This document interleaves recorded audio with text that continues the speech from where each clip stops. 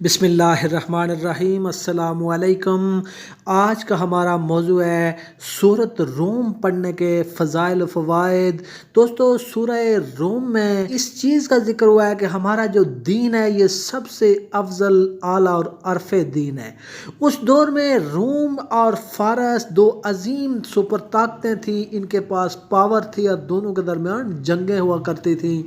چنانچہ دونوں کے درمیان جنگ ہوئی، روم اور فارس کی جنگ، جس میں فارس نے فتح حاصل کی اور روم کو بدترین شکست کا سامنا کرنا پڑا۔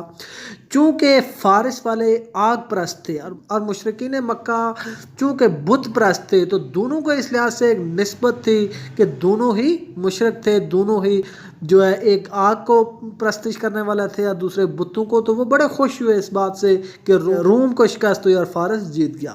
اب مسلمانوں کی نسبت چونکہ اہل کتاب سے تھی، چونکہ مسلمان اللہ پاک کو ایک ماننے والے تھے، تو اس فتح کے بعد روم کی جڑ کٹ گئی۔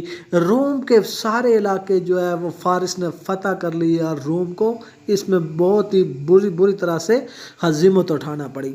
اب ابو بکر صدیق رضی اللہ تعالیٰ عنہ کی ایک سردار سے گفتگو چل نکلی اور اس سردار بڑا خوش ہو رہا تھا کہ اس نے کہا کہ جی فارس نے تو قلعہ کما کر دیا روم کا، اور اسی طرح ہم بھی قلعہ کما کریں گے، آپ کا بھی خاتمہ کریں گے اور ہم یہاں غالب آئیں گے۔ اور پھر اس وقت قسم اٹھائی حضرت ابوبکر صدیق رضی اللہ تعالیٰ عنہ نے کہ یہ جو اہل روم ہیں انشاءاللہ اہل فارس کے اندر دوبارہ غالب آئیں گے، اور اس پر وہ ہنسنے لگا۔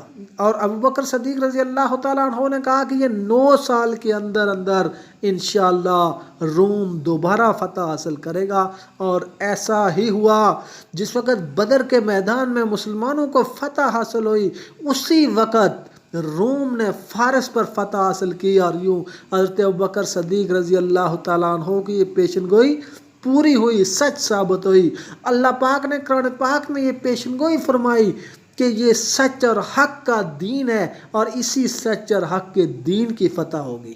تو سورہ روم کا ایک فائدہ یہ ہے کہ اگر کوئی ایک شخص یہ چاہتا ہے کہ وہ موجودہ حالات میں اور آئندہ حالات میں بھی وہ دشمن سے محفوظ رہے، اس کے بیوی بچے، اس کے اہل و عیال جتنے بھی رشتہ دار ہیں، وہ چاہتا ہے کہ وہ دشمن سے محفوظ رہے، وہ شیاطین سے محفوظ رہے، تو وہ ایک مرتبہ سورہ روم روزانہ پڑھے تو انشاءاللہ وہ خود بھی اور اس کے بیوی بچے موجودہ حالات اور آئندہ حالات میں بھی دشمن سے محفوظ رہیں گے۔ اس کا ایک اور فائدہ یہ ہے کہ اگر گھر میں کوئی شیطانی چیزیں پریشان کرتی ہوں، گھر میں سب لوگ بے دین ہوں، نماز نہ پڑھتے ہوں، گھر میں کوئی سایہ ہو، آوازیں آ رہی ہوں، دینی ماحول نہ ہو، شیطانی تصرفات ہوں، شیطان نے وہاں پہ اپنا ماحول بنایا ہوا ہو، تو سورہ روم کی پہلی 29 آیات کو تلاوت کر کے پانی کے اوپر دم کریں، اور وہ پانی آپ بچوں کو پلائیں اور خود بھی پئیں۔